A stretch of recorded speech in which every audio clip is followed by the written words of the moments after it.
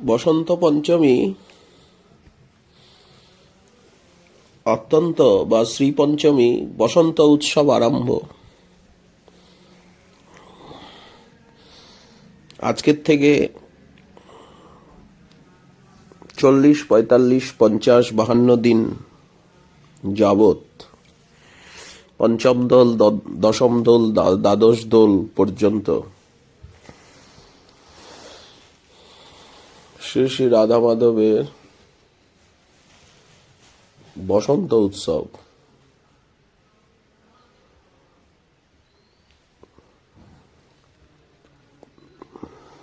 তার ভিতরেই আমাদের বঙ্গবিভূত জননী গৌরবক্ষ বিলাসিনী গৌরাঙ্গিনী গৌরপ্রিয়া শ্রী শ্রী নবদ্বীপ ধামেশ্বরী প্রেমভক্তি স্বরূপিণী গৌরাঙ্গ বিয়োগ বিধুরা বিপ্রলম্ভ রসময়ী শ্রী শ্রী বিষ্ণুপ্রিয়া ঠাকুরানীর পরমেশ্বরী ঠাকুরানীর শুভ আবির্ভাব তিথি এই শ্রীপঞ্চমী বা বসন্ত পঞ্চমী।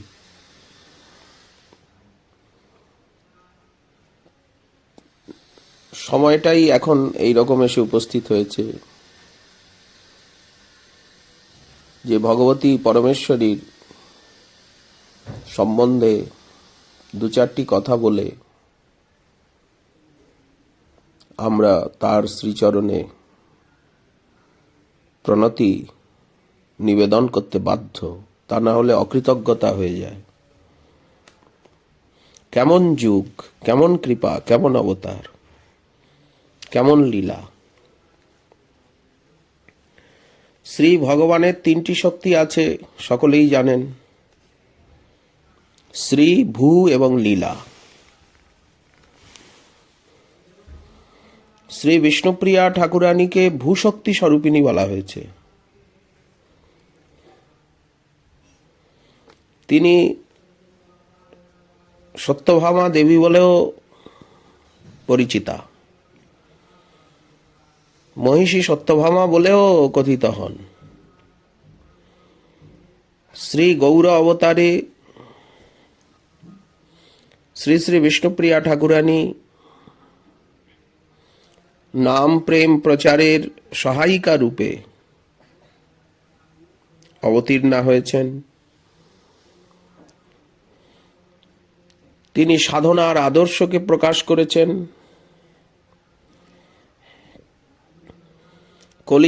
কলিযুগের জীবের প্রতি অপার বাৎসল্য, কোটি মাতৃ স্নেহ প্রকাশ করেছেন। সকলে যাতে গৌরচরণে প্রেম ভক্তি লাভ করেন, এই জন্য জগজ্জননী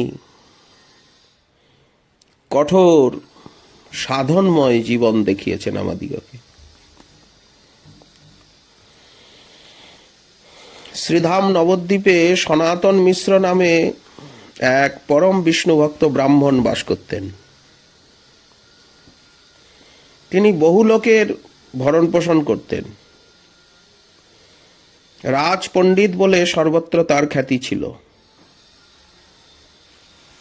ইনি দাপরে ছিলেন সত্রাজিৎ, ভাগবতে যার কথা আছে। বিপ্রশ্রেষ্ঠ সনাতন মিশ্র বিষ্ণু আরাধনার ফলে বিষ্ণুপ্রিয়া নামে সদ্গুণ সম্পন্না এক পরমা সুন্দরী কন্যারত্ন লাভ করেন। অতি শিশুকালের থেকেই বিষ্ণুপ্রিয়া দিনে 2-3 বার গঙ্গা স্নান করতেন। বড়দের অনুকরণ করে যাবতীয় পূজা অর্চনা, তুলসী সেবা, ব্রত প্রভৃতি করতেন। গঙ্গার ঘাটে যখন শচী মাতাকে দেখতেন তখন অতি নম্রভাবে তাকে নমস্কার করতেন। শচী মাতাও তোমার যজ্ঞপতি হোক বলে আশীর্বাদ করতেন। শচী মাতা মনে মনে বিষ্ণুপ্রিয়াকে পুত্রবধূরূপে কামনা করতেন। এদিকে শ্রী গৌরসুন্দরের লক্ষ্মীপ্রিয়া নাম্নী প্রথমা পত্নী পরলোক গমন করেন। মা শচীর হৃদয়ে বড় দুঃখ হল। মহাপ্রভু তখন বঙ্গদেশ বিজয়ে গমন করেছেন। কিছুদিন কেটে গেল। পুনর্বার পুত্রের বিবাহ দেওয়ার জন্য মা শচী দেবী বড় উদ্গ্রীব হয়ে পড়লেন। আত্মীয় স্বজনগণ শীঘ্র এ কার্য সম্পন্ন করতে বললেন। গৌরসুন্দর জননীর মতের বিরোধিতা করলেন না, বিবাহ করতে সম্মত হলেন। শচীমাতা এক ভৃত্যকে ঘটক কাশীনাথ পণ্ডিতের বাড়ি পাঠালেন। আহ্বান পাওয়া মাত্র পণ্ডিত তার গৃহে এলেন। শচীমাতা গৌরসুন্দরের বিবাহের কথা উত্থাপন করলেন ঘটক মহোদয়ের নিকটে। কাশীনাথ পণ্ডিত বললেন, এ অতি উত্তম প্রস্তাব, এ কার্য শীঘ্র হোক। পাত্রীর কথা উত্থাপন করে শচীমা সনাতন মিশ্রের কন্যা বিষ্ণুপ্রিয়ার নাম বললেন। ঘটক সহাস্যবদনে বললেন, ঠাকুরানী, আমিও ওই কন্যার নাম উল্লেখ করব ভাবছিলাম। শচীমাতা বললেন, আমি তো গরিব, সনাতন মিশ্র আমার ঘরে কন্যা দিবে কি? বড়লোকের মেয়ে, আপনি এ বিষয় নিয়ে আলাপ করুন।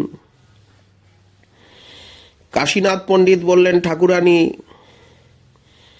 আপনার নিমাইয়ের মতো এত সুন্দর পুত্রকে যদি সনাতন মিশ্র মহোদয় কন্যা না দেন তো কাকে দিবেন? এ কথা বলে পণ্ডিত কাশীনাথ ঘটক মহোদয় সনাতন মিশ্রের গৃহ অভিমুখে চললেন।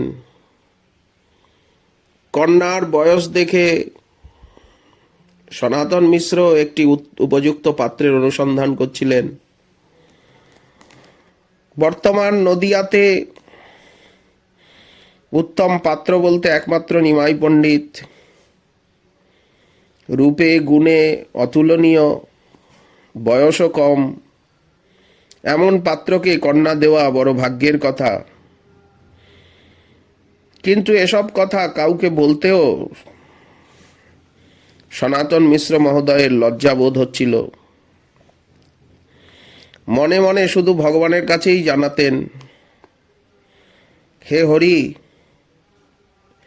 হে দয়ানিধি, পূর্বজন্মে যদি সুকৃতি করে থাকি, আমার কন্যার জন্য যেন নিমাই পণ্ডিতকে বর রূপে পাই। ওই দিনই ব্রাহ্মণী একান্তে বসে কন্যার বিবাহ সম্বন্ধে আলাপ করছেন। ঠিক এমন সময় কাশীনাথ ঘটক উপস্থিত হলেন সেখানে। সনাতন মিশ্র মহোদয় ব্যস্ত সমস্ত হয়ে পণ্ডিতকে স্বাগত জানিয়ে বসতে আসন দিলেন। মিষ্ট জল আদি দিয়ে জলযোগ করিয়ে সৎকার করলেন। সনাতন মিশ্র ভাবলেন, উত্তম পাত্রের সংবাদ নিশ্চয়ই এসেছে, তা না হলে ঘটক ঠাকুর কেন আসবেন? মিশ্র জিজ্ঞাসা করলেন, পণ্ডিত, খবর কি? ঘটক ঠাকুর হাস্য করতে করতে বললেন, খবর কি আর, বিশ্বম্ভর পণ্ডিতেরে তোমার দুহিতা, দান করো এ সম্বন্ধ উচিত সর্বথা। এই নিবেদন নিয়ে আমি এসেছি।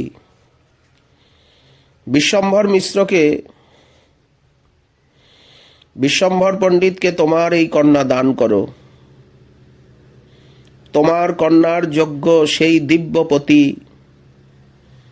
তাহার উচিত এই কন্যা মহাসতী, যেন কৃষ্ণ রুক্মিণীতে অনন্য উচিত, সেই মতো বিষ্ণুপ্রিয়া নিমাই পণ্ডিত। আমরা চৈতন্য ভাগবতে আদি খণ্ডে 15 অধ্যায়ে 15 অধ্যায়ে এই লীলার বিশদ বর্ণনা পেয়ে থাকি ব্যাসাবতার শ্রীল বৃন্দাবন দাস ঠাকুরের লেখনীতে। ঘটক কাশীনাথের এই প্রস্তাব শুনে সনাতন মিশ্র এবং তার পত্নী আনন্দে আত্মহারা হয়ে গেলেন। অন্তর্যামী ভগবান ভাবনারূপ ফল মিলিয়ে দিয়েছেন, তার কৃপা, তা না হলে এমন হয় না। সনাতন মিশ্র বললেন, কাশীনাথ, এ বিষয়ে আর কি বলো? যদি আমার গোষ্ঠীর সৌভাগ্য থাকে তাহলে এহেন জামাতা পাব, এমন জামাই আমার হবে। অন্যান্য সজ্জনগণ বলতে লাগলেন, সৌভাগ্য ছাড়া এই রকম ছেলে পাওয়া যায় না, এই রকম সুপাত্র তোমার কন্যার ভাগ্যে থাকলেই উত্তম বর পাবেই পাবে। তারপর কাশীনাথ পণ্ডিতের সঙ্গে আবশ্যকীয় নানা বিষয় মিশ্র মহোদয় আলোচনা করলেন। এই রূপে কাশীনাথ ঘটক ঠাকুর সব ঠিক করে শচী মাতার ঘরে ফিরে এলেন এবং তাকে সব কথা জানালেন। শচী মাতা বললেন, আমার তো আর কেউ নেই, আমার সহায় সম্বলও নেই, একমাত্র নিমাই আর একমাত্র শ্রীহরি নারায়ণই আছেন। শ্রী নিমাই পণ্ডিতের বিবাহ হবে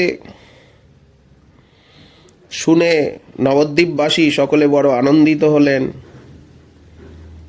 শিষ্যগণ বলতে লাগলেন যে নিমাই পণ্ডিতের বিবাহে আমরা যথাযোগ্য কিছু কিছু করে সবাই মিলে দান করব। ধনাঢ্য বুদ্ধিমন্ত খান বললেন, সমস্ত খরচ আমি বহন করব। মুকুন্দ সঞ্জয় বললেন, ভাই, খরচের ভার কিছুটা আমাদের উপরেও দাও। এই বিবাহের আয়োজন এমন করতে হবে ঠিক যেন রাজকুমারের বিবাহ হচ্ছে বা তার থেকেও সমৃদ্ধ। সমস্ত নবদ্বীপে সাড়া পড়ে গেল। নিমাই পণ্ডিতের বিবাহ, সকলের মুখে এক কথা। বিবাহের আয়োজন হতে লাগলো। বিবাহ মণ্ডপের উপর বড় বড় চন্দ্রাতপ টানানো হলো, শামিয়ানা, ভূমিতে আলপনা দেওয়া হলো। স্থানটি কদলী বৃক্ষ, পূর্ণ ঘট, আম্রপল্লব, দীপ, ধান্য, দধি প্রভৃতি মাঙ্গলিক দ্রব্যাদি দিয়ে সজ্জিত করা হলো। নবদ্বীপে তখন যত ব্রাহ্মণ, সজ্জন, বৈষ্ণব বাস করতেন সকলে অধিবাস উৎসবে যোগদানের জন্য আমন্ত্রিত হলেন। সন্ধ্যায় অধিবাসের সময় বাদ্যকারগণ আনন্দে নানাবিধ বাদ্য বাজাতে লাগলেন। শচীর অঙ্গন ক্রমে ক্রমে আত্মীয় স্বজন বন্ধু বান্ধবে পূর্ণ হয়ে গেল। ভগবত পূজা, নারায়ণের পূজা হলো, আরাত্রিক হলো, ভোগ রাগ মহা মহোৎসব সব কিছুই হলো। গৌরসুন্দরের অধিবাস ক্রিয়া সুসম্পন্ন হয়ে গেল বিবাহের। অন্দরমহলে নারীগণ আনন্দ ভরে ঘন ঘন উলুধ্বনি শঙ্খধ্বনি করছিলেন, বৈষ্ণবগণ হরিধ্বনি করছিলেন, ব্রাহ্মণগণ বেদমন্ত্র উচ্চারণ করছিলেন। ঈশ্বরের বিবাহ, এই জন্য চতুর্দিকে যেন সুখসিন্ধু উথলে উঠল। অধিবাসে মিষ্টি, পান ও সুপারির আয়োজন করা হয়েছিল স্বাগতের জন্য। যে যত চায় পানের বিটিকা দেওয়া হচ্ছিল, সন্দেশ আদি ছিল। যত ব্রাহ্মণ বৈষ্ণব এসেছিলেন তাদের গলায় গৌরসুন্দর চন্দন এবং সুগন্ধি ফুলের মালা পরিয়ে দিলেন। প্রফুল্ল মনে সকলে নিমাই পণ্ডিতকে শুভাশিস অর্পণ করলেন এমন সুন্দর সুখময় বিবাহ অধিবাস কেহ কখনো দেখেনি। নদিয়াপুরী যেন সুখসিন্ধু মাঝে ভাসতে লাগলো। পরদিন বিবাহ উৎসবের বিপুল আয়োজন হলো। অপরাহ্নে গৌরসুন্দর বরোচিত পোশাক পরিচ্ছদ পরে সুসজ্জিত হয়ে জননী এবং গুরুজনের চরণ বন্দনা করে এক সুসজ্জিত দোলায় আরোহণ করলেন। নানা বাদ্যভাণ্ড বাজছে। প্রথমে গঙ্গা তটে এলেন। শ্রী গৌরসুন্দর দোলা থেকে নেমে গঙ্গা দেবীকে নমস্কার করলেন। নবদ্বীপ ধামে যে কোনো শুভ কার্য হোক, আগে গঙ্গা পূজা হবে, গঙ্গা দর্শন, এটা চিরাচরিত নিয়ম। আবার দোলায় আরোহণ করলেন। জয় জয় জয় জয় জয় অবিরাম মাঙ্গলিক ধ্বনি, বিবিধ বাদ্যধ্বনির দ্বারা চতুর্দিক মুখরিত করে গঙ্গা তট দিয়ে বরযাত্রা আরম্ভ হলো। সহস্র সহস্র দ্বীপ জ্বলছে, মশাল, নানা রকম বাজি পোড়ানো হচ্ছিল, নৃত্য গীত হচ্ছিল। গোধূলি লগ্নে বর এবং বরযাত্রীরা সনাতন মিশ্রের গৃহে প্রবেশ করলেন। শ্রী সনাতন মিশ্র এবং তার পত্নী জামাতাকে বরণ করে ভিতরে নিয়ে গেলেন। তারপরে নানা প্রকার বৈদিক ক্রিয়া, কুলাচার প্রারম্ভ হলো। বিষ্ণুপ্রিয়া দেবীকেও নানা আভরণে ভূষিতা করে তার সখী অমিতা কাঞ্চনা তাকে সাজিয়েছেন। পরমা সুন্দরী ভগবতী মহালক্ষ্মী স্বরূপিণী তাকে যথেষ্ট উত্তম নানা আভরণে ভূষিত করে বিবাহের স্থানে আনয়ন করা হলো। মহালক্ষ্মী বিষ্ণুপ্রিয়া আজ নিত্যকান্তা শ্রী গৌর নারায়ণকে দর্শন করে পুলকিতা 7 বার প্রদক্ষিণ করে আর শ্রীচরণে আত্মনিবেদন করলেন। গৌরসুন্দর তার নিত্যপ্রিয়াকে, নিত্যপ্রেয়সীকে বাম অঙ্গে স্থাপন করলেন। অর্ধাঙ্গিনী, সহধর্মিনী, ঘরণী বাম পার্শ্বে বিষ্ণুপ্রিয়া দেবীকে বসানো হলো। অনন্তর পরস্পর পরস্পরের গলায় পুষ্পমাল্য প্রদান করলেন। শুভ দৃষ্টি, পুষ্পমাল্য প্রদান। আগে লক্ষ্মী জগন্মাতা প্রভুর চরণে মাল্য দিয়া করিলেন আত্মসমর্পণে। বিষ্ণুপ্রিয়া দেবী তিনি নিমাই পণ্ডিতের চরণে পুষ্পমালা প্রদান করলেন। তবে গৌরচন্দ্র প্রভু ঈষৎ হাসিয়া লক্ষ্মীর গলায় মালা দিলেন তুলিয়া। নিমাই পণ্ডিত মালা তুলে বিষ্ণুপ্রিয়া দেবীর গলায় পরিয়ে দিলেন। তবে লক্ষ্মী নারায়ণে পুষ্প ফেলাফেলি, পুষ্পবৃষ্টি হতে লাগল। করিতে লাগিলা হই মহাকুতূহলী। শ্রী সনাতন মিশ্র গৌরসুন্দরকে, নিমাই পণ্ডিতকে বহু যৌতুকের সহিত কন্যা প্রদান করলেন। তিনি শ্রী গৌর নারায়ণকে কন্যা দান করে কৃতকৃত্য হলেন। রাজর্ষি জনক যেমন রামচন্দ্রকে সীতা সম্প্রদান করেছিলেন, যেমন বিদর্ভ দেশের রাজা ভীষ্মক তিনি দ্বারকানাথ শ্রীকৃষ্ণকে রুক্মিণী সম্প্রদান করেছিলেন, আর সনাতন মিশ্র সেই প্রকার গৌরসুন্দরকে বিষ্ণুপ্রিয়া নাম্নী কন্যা প্রদান করলেন। এই কন্যাদান। বিবাহের পর শুভ রাত্রিতে বাসর ঘরে শ্রী লক্ষ্মী নারায়ণ, মহালক্ষ্মী মহানারায়ণ, শ্রী বিষ্ণুপ্রিয়া এবং গৌরাঙ্গ ভগবান পুষ্পসজ্জায় অবস্থান করলেন।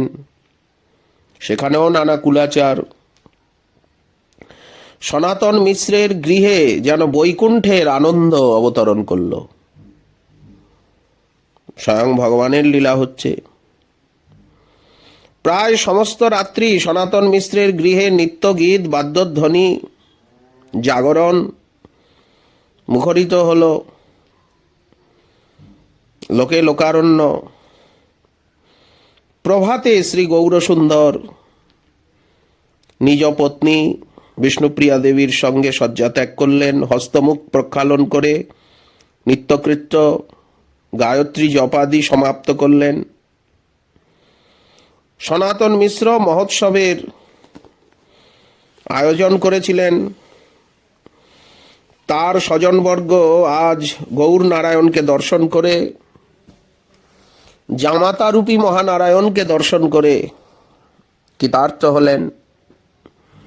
সনাতন পণ্ডিতের গোষ্ঠীর সহিতে যে সুখ হইল তাহা কে পারে বর্ণিতে। চৈতন্য ভাগবত।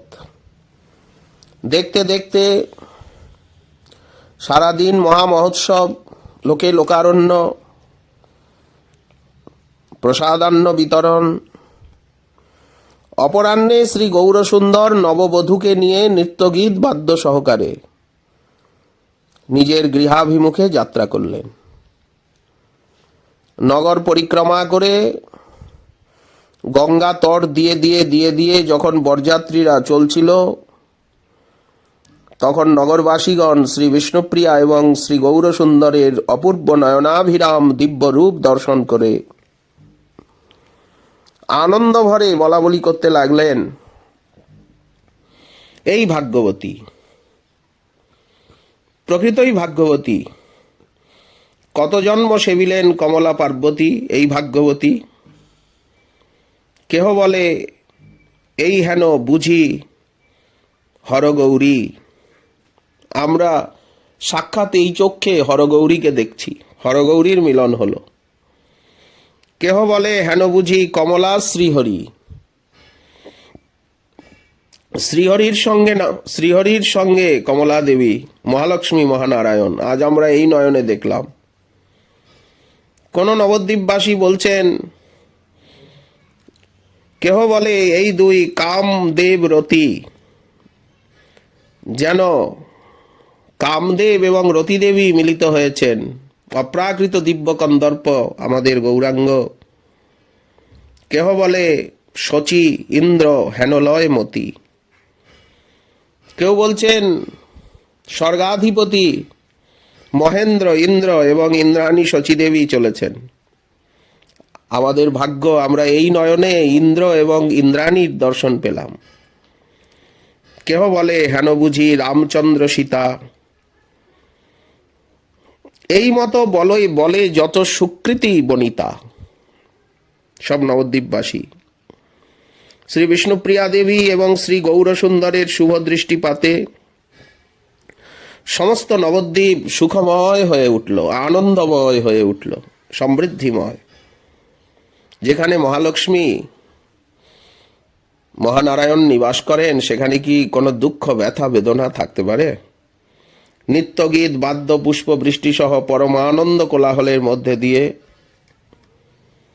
শুভক্ষণে সেই গধূলি বেলায় শ্রী গৌরসুন্দর শ্রী বিষ্ণুপ্রিয়াকে নিয়ে প্রবেশ করলেন। সন্ধ্যা উপস্থিত। শচীমা অন্যান্য কুলবধূ সহ অন্যান্য রমণীগণ সহ পাড়া প্রতিবেশিনীগণ সহ প্রসন্ন বদনে পুত্রকে বরণ করলেন, পুত্রবধূকে। নবদম্পতি দোলার থেকে অবতরণ করে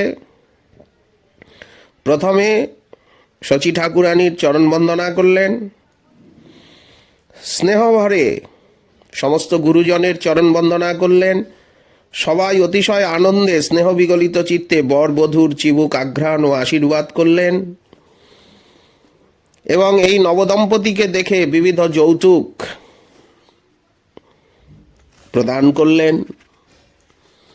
গৃহে আসি বসিলেন লক্ষ্মী নারায়ণ, জয়ধ্বনিময় হইল সকল ভুবন। কি আনন্দ হইল সে অকথ্য কথন, সে মহিমা কোন জনে করিবে বর্ণন। বৃন্দাবন দাস ঠাকুর স্বয়ং ভগবান শ্রী গৌরসুন্দরের বিবাহ দর্শনের মহিমা বর্ণন করছেন। সমস্ত নবদ্বীপবাসী দেখল, দেবদেবীও ছদ্মবেশে এসছেন, মুনি ঋষিগণ ব্রাহ্মণের বেশে এসেছেন, সিদ্ধচারণ গন্ধর্ব কিন্নর তারাও বাদকের বেশে, নর্তকের বেশে, গায়কের বেশে এসেছেন। আজ স্বয়ং ভগবানের বিবাহ লীলা ব্রহ্মাণ্ডের সকলে দেখতে পেল, নদিয়াবাসী বিশেষ রূপে। যাহার মূর্তির বিভা দেখিলে নয়নে, পাপ মুক্ত হই যায় বৈকুণ্ঠ ভুবনে ভবনে। যে ভগবানের শ্রীবিগ্রহের বিবাহ লীলা অথবা যে ভগবানের বিবাহ লীলা অভিনয়েও যদি দেখা যায়,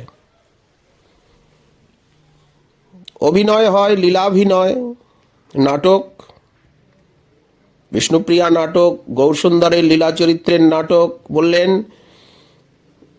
যদি কেউ দর্শন করেন তাহলে পাপমুক্ত হয়ে তিনি বৈকুণ্ঠ ভবনে গমন করেন, বা শ্রীমূর্তির বিবাহ হচ্ছে,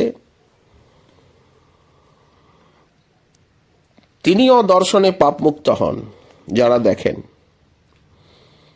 সে প্রভুর বিবাহ লোক দেখে সাক্ষাৎ, তেহি নাম তার দয়াময় দীননাথ।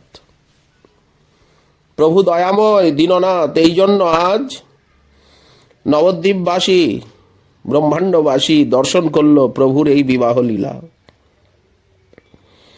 ভগবানের এই দিব্য লীলা বহু সাধন করেও যোগীগণ আজ পর্যন্ত দর্শন করতে পারেন না, কিন্তু সেই লীলা নবদ্বীপবাসী আপামর জনসাধারণ দেখতে পেল দয়াময় ভগবানের অশেষ কৃপায়। এই জন্যই তো তার এক নাম দীননাথ, দীনশরণ, দীনময়, দীনতারণ, দীনবন্ধু। বিবাহে যত নর্তক এসেছিল, ভাট, ভিক্ষুক, আত্মীয় স্বজন, গ্রামবাসী, পাড়া প্রতিবেশী, ব্রাহ্মণগণ তো আছেনই।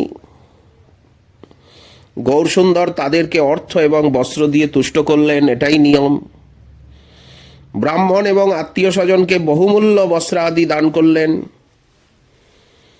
বুদ্ধিমন্ত খানকে প্রেমে আলিঙ্গন করলেন, তিনি বিবাহের সমস্ত ব্যয়ভার বহন করেছিলেন।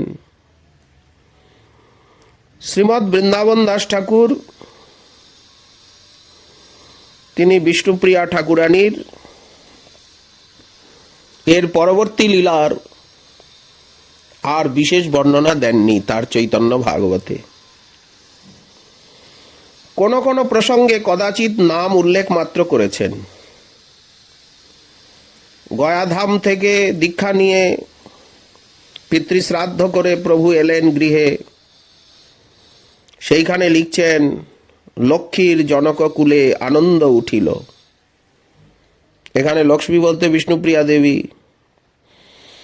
প্রতিমুখ দেখিয়া লক্ষ্মীর দুঃখ দূরে গেল।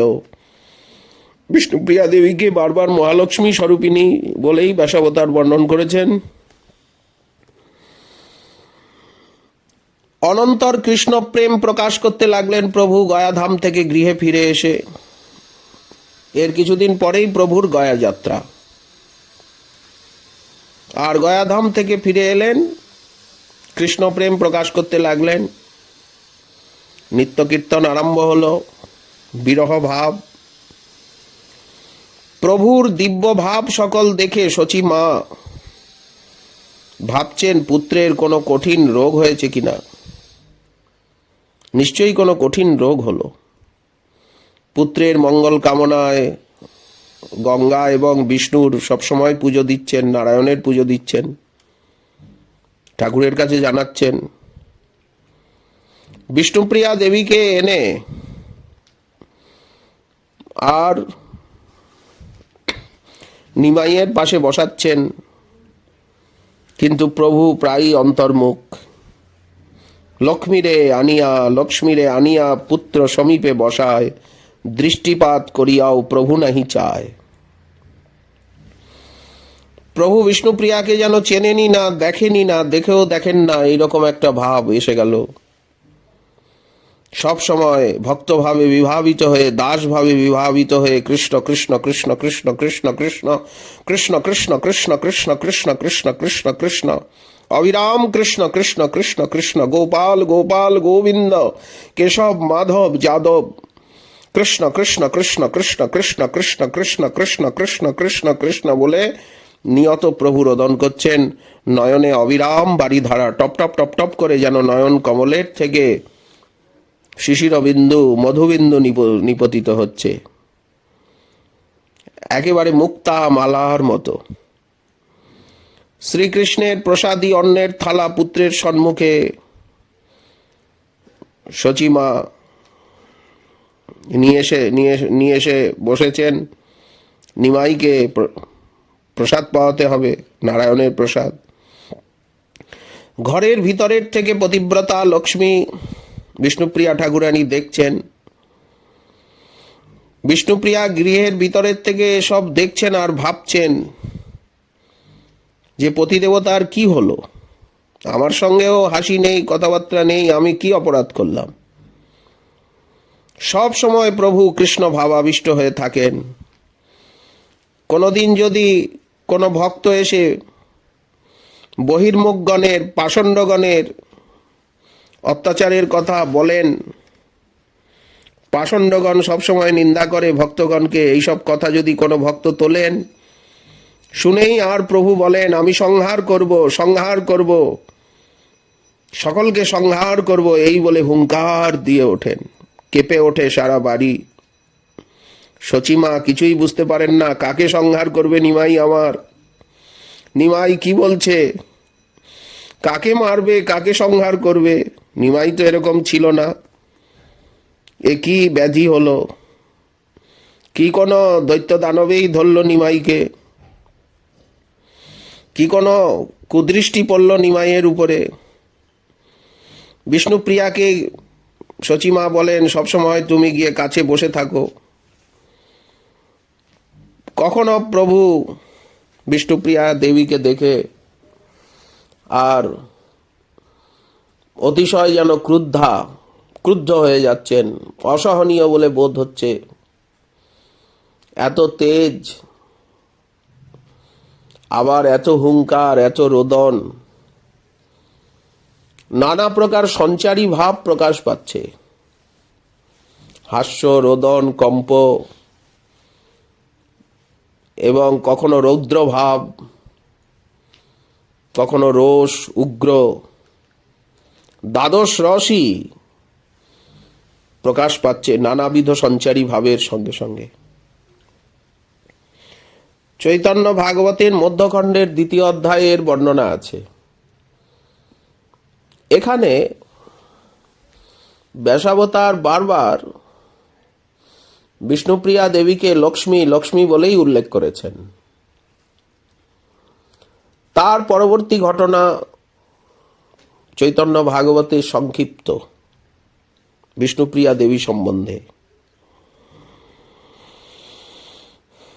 প্রায় প্রভু বাহ্যক জ্ঞান শূন্য হয়ে যান, সর্বদা অন্তর্মুখ হয়ে আর অবিরত কৃষ্ণ কৃষ্ণ কৃষ্ণ কৃষ্ণ বলতে থাকেন।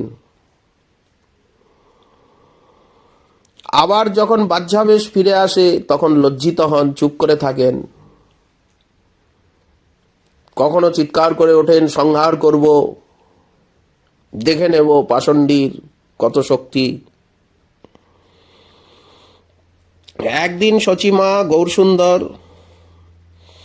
গৃহের মধ্যে বসে আলাপ করছিলেন। এখন প্রভু সুস্থ প্রকৃতিস্থ, কপাটের আড়ালে বসে বিষ্ণুপ্রিয়া দেবী সব শুনছিলেন। শচীমা বললেন, আজ রাত্রি শেষে স্বপ্নে দেখেছি আমাদের ঘরে যে রাম এবং কৃষ্ণ মূর্তি আছে তাদের সঙ্গে তুমিও নিত্যানন্দ খেলছো, তাদের সঙ্গে খেতে খেতে মারামারি করছো, এইরূপ আরো কত রঙ্গ করছো। গৌরসুন্দর বললেন, বড় ভালো স্বপ্ন মা, আর কাউকে বলো না। আমাদের গৃহে সাক্ষাৎ রামকৃষ্ণ বিরাজ করছে। অনেকদিন দেখি পুজোর নৈবেদ্য কে যেন খেয়ে নেয়। আমার মনে সন্দেহ হতো, আমি ভোগ লাগিয়ে বাইরে আসতাম, তারপরে দেখতাম যে ভোগের থেকে কিছু কিছু যেন নেই, নাড়াচাড়া বোধ হচ্ছে। আমার মনে সন্দেহ হতো যে তোমার পুত্রবধূ কি নৈবেদ্যের থেকে কিছু খেয়ে নেয়, অল্প বয়স। কিন্তু আজ আমার সে সন্দেহ দূরে গেল। রামকৃষ্ণ আমাদের ঘরে প্রত্যক্ষভাবে সবসময় বিহার করেন, এই অনুভব হলো। তোমার বধূরে মোর সন্দেহ আছিল, আজি সে আমার মনে সন্দেহ ঘুচিল। সচিমাতা বললেন, বাবা অমন কথা বলতে নাই। বৌমা আমার বড় ঘরের মেয়ে, সে কি আর খাবার লোভে এখানে এসেছে নিমাই? তোমার মুখের দিকে তাকিয়ে, কিন্তু তুমি তো তার সঙ্গে ভালো করে আলাপও করছো না। তোমার কি হলো নিমাই, আমায় বুঝিয়ে বলো। কি কোনো রোগ ব্যাধি হয়েছে? কি হয়েছে নিমাই তোমার? স্বামীর এই নর্মালাপ শুনে বিষ্ণুপ্রিয়া দেবী হাসতে লাগলেন। একদিন নিজ গৃহে প্রভু বিশ্বম্ভর বসিয়াছে লক্ষ্মী সঙ্গে পরম সুন্দর, যোগায় তাম্বুল লক্ষ্মী পরম হরিষে, প্রভুর আনন্দে না জানয়ে রাত্রি দিশে। যখন থাকয়ে লক্ষ্মী শনে বিশ্বম্ভর, শচীর চিত্তেতে হয় আনন্দ বিস্তর। শ্রীমৎ বৃন্দাবন দাস ঠাকুর লিখছেন বিষ্ণুপ্রিয়ার সঙ্গে গৌরসুন্দরের যে মধুর বিহারের কথা, এ হচ্ছে গৌর বিষ্ণুপ্রিয়ার নিত্যলীলা, নিত্যবিলাস, নিত্য নবদ্বীপ ধামে। সর্বদাই প্রভু বিষ্ণুপ্রিয়া দেবীর সঙ্গে বিলসিত হচ্ছেন। আজও এ লীলা চলছে, গৌর বিষ্ণুপ্রিয়ার নিত্যবিলাস, নিত্যলীলা মাধুরী। গৌর ভগবান মহানারায়ণ রূপে এবং মহালক্ষ্মী রূপে বিষ্ণুপ্রিয়া দেবী নবদ্বীপে নিত্য বিহার করছেন, সখিয়া কান্তা রূপে, বিবাহিতা কান্তা রূপে। বিষ্ণুপ্রিয়া ঠাকুরানী শ্রীমন মহাপ্রভুকে তাম্বুল দিচ্ছেন। বিষ্ণুপ্রিয়া প্রদত্ত তাম্বুল চর্বণ করতে করতে মহাপ্রভু আনন্দ প্রকট করছেন। চারিদিকে বিষ্ণুপ্রিয়া দেবীর সখীগণ এবং সমস্ত নদিয়াবাসিনী, মধুর রসবতী। মহাপ্রভুর আনন্দ দর্শনে বিষ্ণুপ্রিয়ারও আনন্দের সীমা নাই, দিবানিশি জ্ঞান নাই, বিভরা বিউভলা। যোগায় তাম্বুল লক্ষ্মী। এ হচ্ছে গৌর বিষ্ণুপ্রিয়ার নিত্য উপাসক ভক্তগণের ধ্যানের বিষয়, গৌর বিষ্ণুপ্রিয়ার লীলা মাধুরী। জননী বৎসল প্রভু জননীকে সুখী করবার জন্য বিষ্ণুপ্রিয়ার কাছে বসে আছেন। মায়ের চিত্তের সুখ ঠাকুরও জানিয়া লক্ষ্মীর সঙ্গেতে প্রভু থাকেন বসিয়া।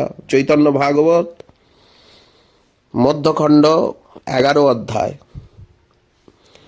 চন্দ্রশেখর ভবনে যখন মহাপ্রভু রুক্মিণী ভাবে কৃষ্ণলীলার নিত্যাভিনয় করেছিলেন, কৃষ্ণলীলার নাটক, এই যে লীলাভিনয়, মহাপ্রভু শ্রীধাম নবদ্বীপে চন্দ্রশেখর ভবনে স্বয়ং এই লীলাভিনয় করেছিলেন। বিষ্ণুপ্রিয়া দেবী শচীমায়ের সঙ্গে সেই অভিনয় দর্শন করতে গিয়েছিলেন। আই চলিলেন নিজ বধূর সহিতে। এইভাবে সুখের দিনগুলি নবদ্বীপ ধামে কাটছিল। এ লীলা নিত্য, আজও এই লীলা চলছে। এর মাঝে এলো দুঃখ ব্যথা বিরহের দিন প্রকট লীলায়।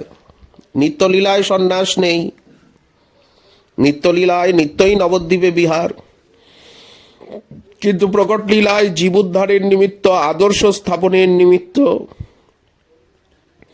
তিন বাঞ্ছা প্রপূরণের নিমিত্ত। এরপরে মহাপ্রভুর যে সন্ন্যাস লীলা বর্ণন করেছেন, তা বর্ণন করতে গিয়ে বৃন্দাবন দাস ঠাকুর আর কোন স্থানে বিষ্ণুপ্রিয়া দেবীর নাম এরপরে উল্লেখ করেন নাই। চৈতন্য চরিতামৃতে শ্রীল কৃষ্ণদাস কবিরাজ গোস্বামীপাদ আদি লীলার ৫ম অধ্যায়ে কেবলমাত্র বিবাহ লীলা বর্ণন করেছেন। এর পরবর্তী লীলা বর্ণন করেছেন আমাদের নরহরি সরকার ঠাকুরের প্রিয়তম শিষ্য, রাঢ়ের বিদগ্ধ কবি গৌর পার্ষদ প্রবর শ্রীল লোচন দাস ঠাকুর তার শ্রী চৈতন্য মঙ্গল গ্রন্থে। প্রায় একই সময়ে চৈতন্য ভাগবত এবং চৈতন্য মঙ্গল দুটি গ্রন্থই লেখা হয়েছিল। যেদিন মহাপ্রভু সন্ন্যাস করতে গিয়েছিলেন, সন্ন্যাস নিতে গিয়েছিলেন,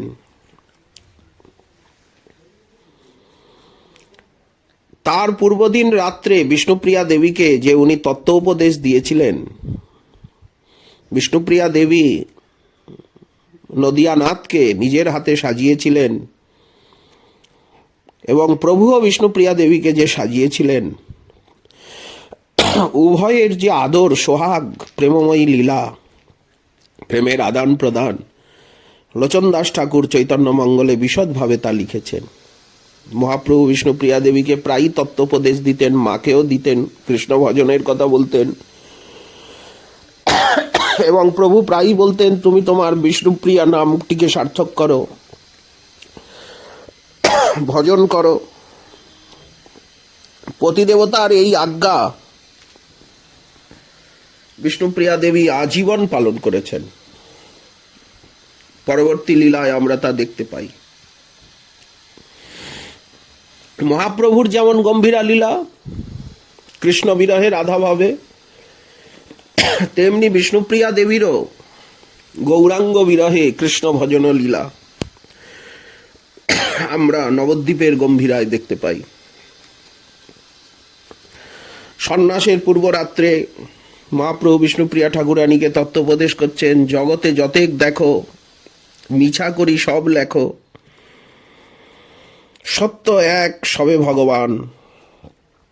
সত্য আর বৈষ্ণব, ভক্ত এবং ভক্তি ভগবানই নিত্য বস্তু, আর কিছুই নিত্য নয়।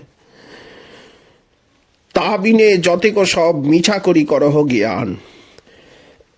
চৈতন্য মঙ্গলের মধ্যলীলায়।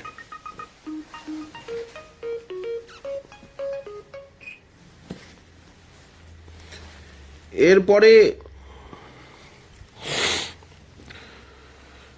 গৌর ভগবান বোঝাচ্ছিলেন, পুত্র পতি সখা স্বজন সম্বন্ধ সব মিথ্যা, পরিণামে কেউ কারো নয়।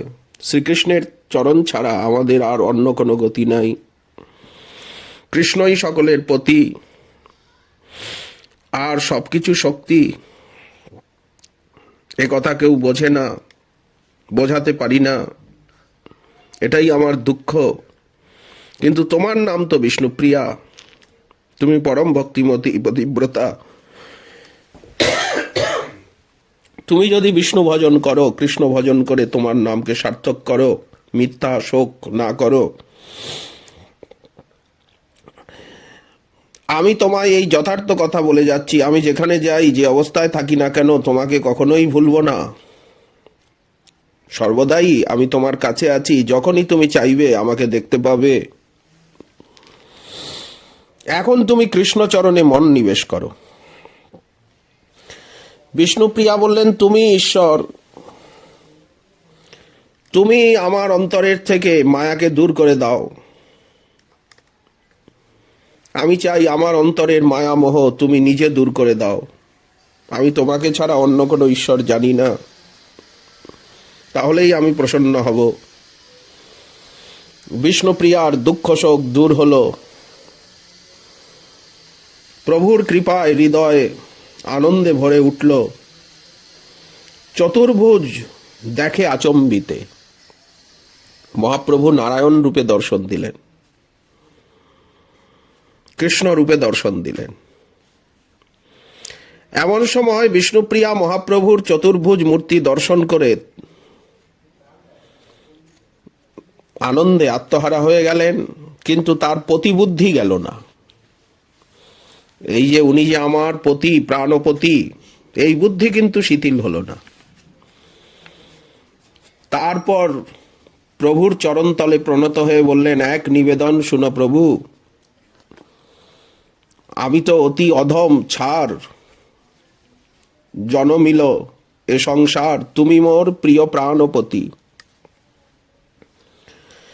এহেন সম্পদ মোর দাসী হইয়াছিল তোর, কি লাগিয়া ভেল অধগতি। আমার কত জন্মের ভাগ্য যে আমি তোমার দাসী হয়েছি, তোমাকে প্রাণপতি রূপে পেয়েছি, প্রাণনাথ রূপে পেয়েছি। আমার অধগতি হবে, তুমি আমাকে ছেড়ে চলে যাবে, তুমি সন্ন্যাস নেবে, কি দরকার? এই যে কানাকানি শুনছি, সবাই বলছে তুমি নাকি চলে যাবে, আর সন্ন্যাসীদের সঙ্গেই তোমার বেশি মেলামেশা। মাও এই কথা বলেন যে নিমাইয়ের আজকাল কি হলো, সন্ন্যাসীদের সঙ্গেই বেশি মেলামেশা করে, ও কি সন্ন্যাস নিতে চায়? তোমার ভক্তগণও কানাকানি করছেন তুমি নাকি সন্ন্যাস নেবে ভাবি জীবনে, একথা তাদেরকে বলেছ। তখন গৌরসুন্দর তার নিত্যপ্রিয়া বিষ্ণুপ্রিয়াকে বলতে লাগলেন, শুনো দেবী বিষ্ণুপ্রিয়া, এ তোর কহিল হিয়া, যখনে যে তুমি মনে করো, আমি যথা তথা যাই, আছি এ তোমার ঠাই, সত্য সত্য কহিলাম দৃঢ়।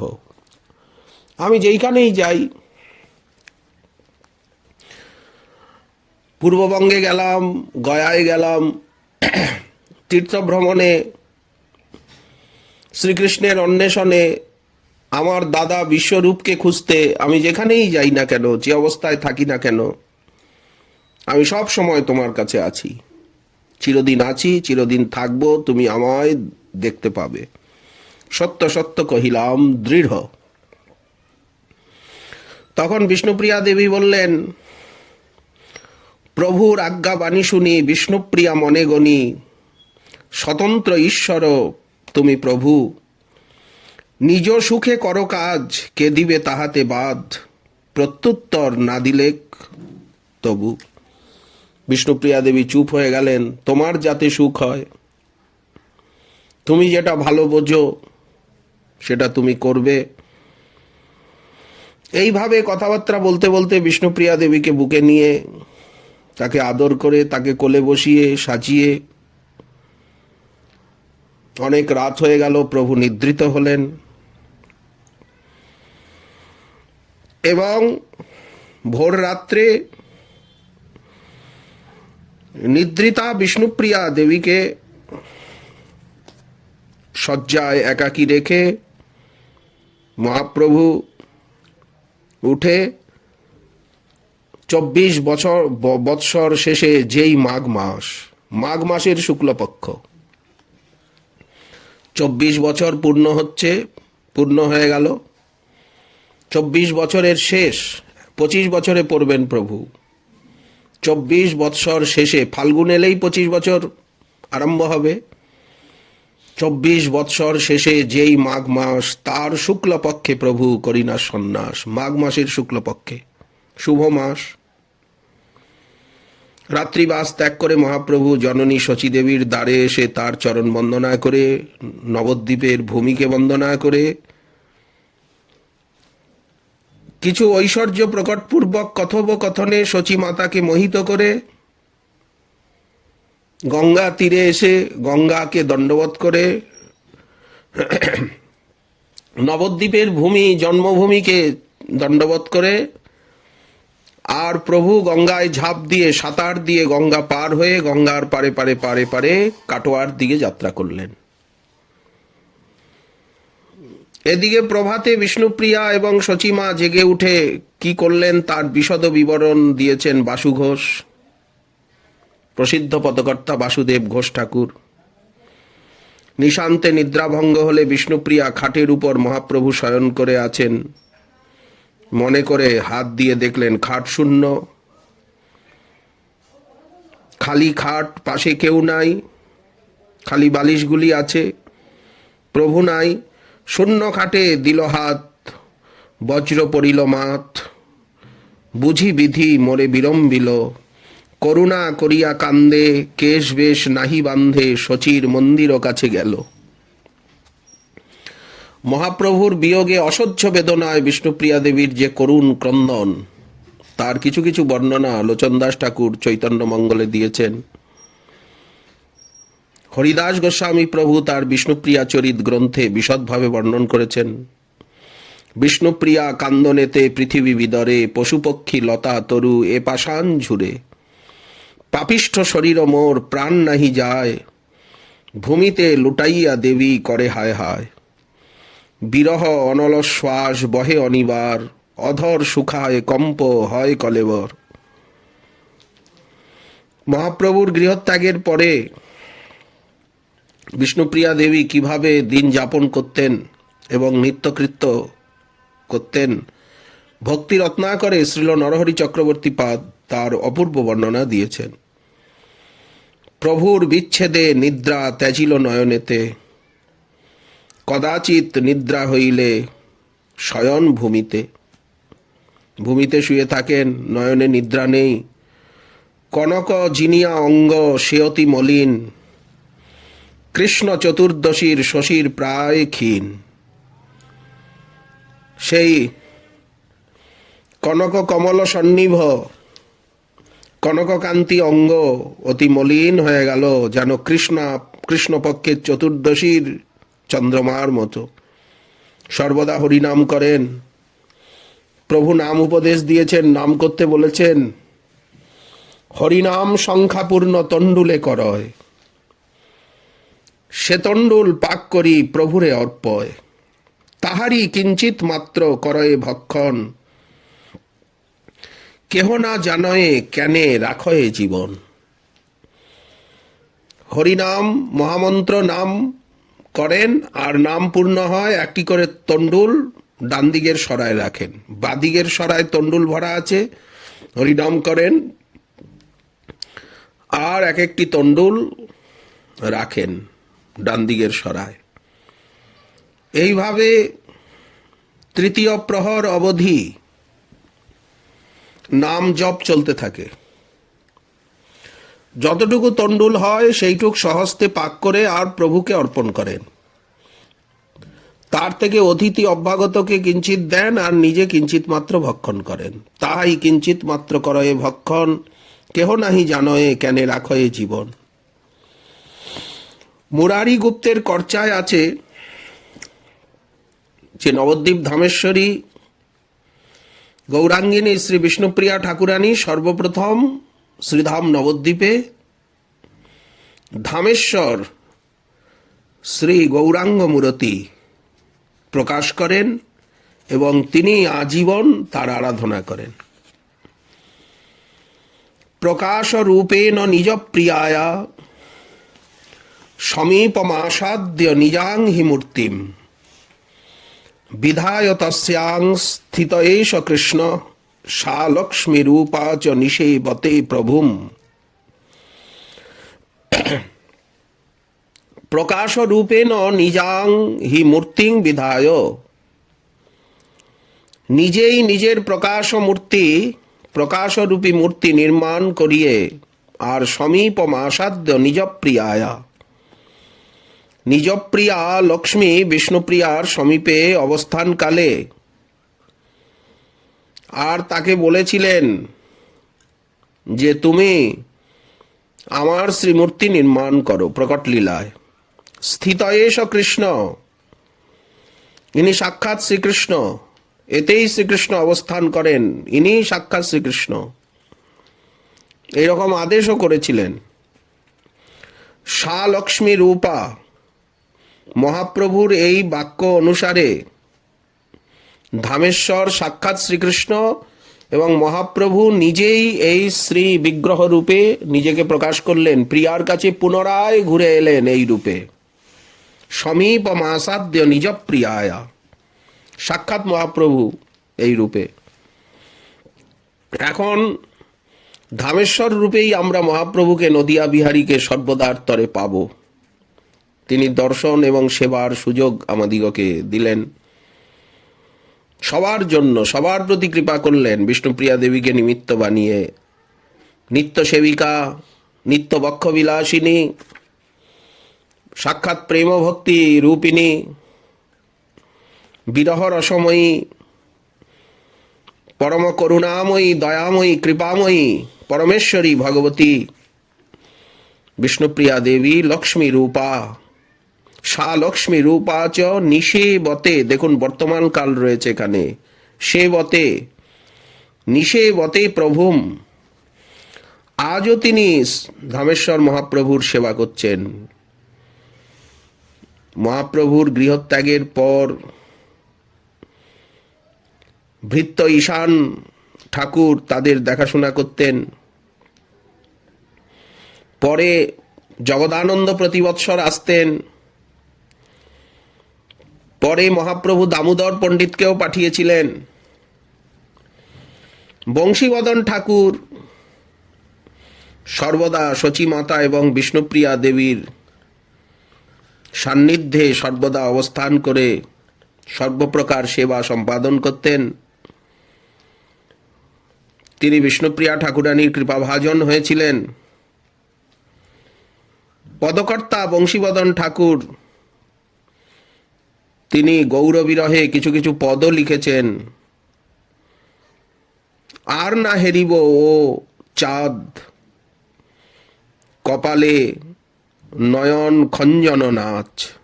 পদকল্পতরুতে বংশীবদন ঠাকুরের কিছু পদ আছে। আর দেখতে পাবো না ওই মুখখানা, ওই কপল দেশ, আর ওই নয়ন খঞ্জনের নৃত্য। যখন শ্রীনিবাস আচার্য ঠাকুর, তিনি শ্রীনিবাস আচার্য প্রভু এসেছিলেন শ্রীধাম নবদ্বীপে, বৃদ্ধ ঈশান তিনি বিষ্ণুপ্রিয়া দেবীর সঙ্গে সাক্ষাৎকার করিয়েছিলেন শ্রীনিবাস আচার্য মহোদয়ের, এবং বংশীবদন ঠাকুরও তাকে বহু কৃপা করেছিলেন। বিষ্ণুপ্রিয়া ঠাকুরানীর লীলা অতি বিশদ এবং বিপ্রলম্ভ রসময়ী। এই জন্য অনেকেই সংক্ষেপে বর্ণন করেছেন, কিন্তু এই অভাব চিরদিনের তরে ঘুচে গেছে। হরিদাস গোস্বামী প্রভুর আগমনে উনি যেভাবে সমস্ত মহাজন গ্রন্থ হতে বিষ্ণুপ্রিয়া চরিত, গম্ভীরায় শ্রী বিষ্ণুপ্রিয়া বিরাট গ্রন্থ, বিষ্ণুপ্রিয়া নাটক, বিষ্ণুপ্রিয়া বিলাপ গীতি কাব্য ইত্যাদি মহান গ্রন্থ উনি রচনা করে সম্প্রদায়ের সর্বভক্তের পরম মঙ্গল করেছেন এবং জগৎকে লীলাবলী জানিয়েছেন। ওনার কাছে সম্প্রদায় চির কৃতজ্ঞ থাকবে। যাই হোক, গৌরাঙ্গিনী, গৌরবক্ষ বিলাসিনী শ্রী বিষ্ণুপ্রিয়া ঠাকুরানীর চরণে পরার্ধকোটি দণ্ডবত প্রণিপাত জানিয়ে, যাতে তার প্রাণনাথ প্রাণবল্লভ গৌরাঙ্গের প্রতি আমাদের রতিমতি হয়, আমরা যেন গৌরাঙ্গের কৃপা লাভ করতে পারি, এই প্রার্থনা জানিয়ে আজকের বিষ্ণুপ্রিয়া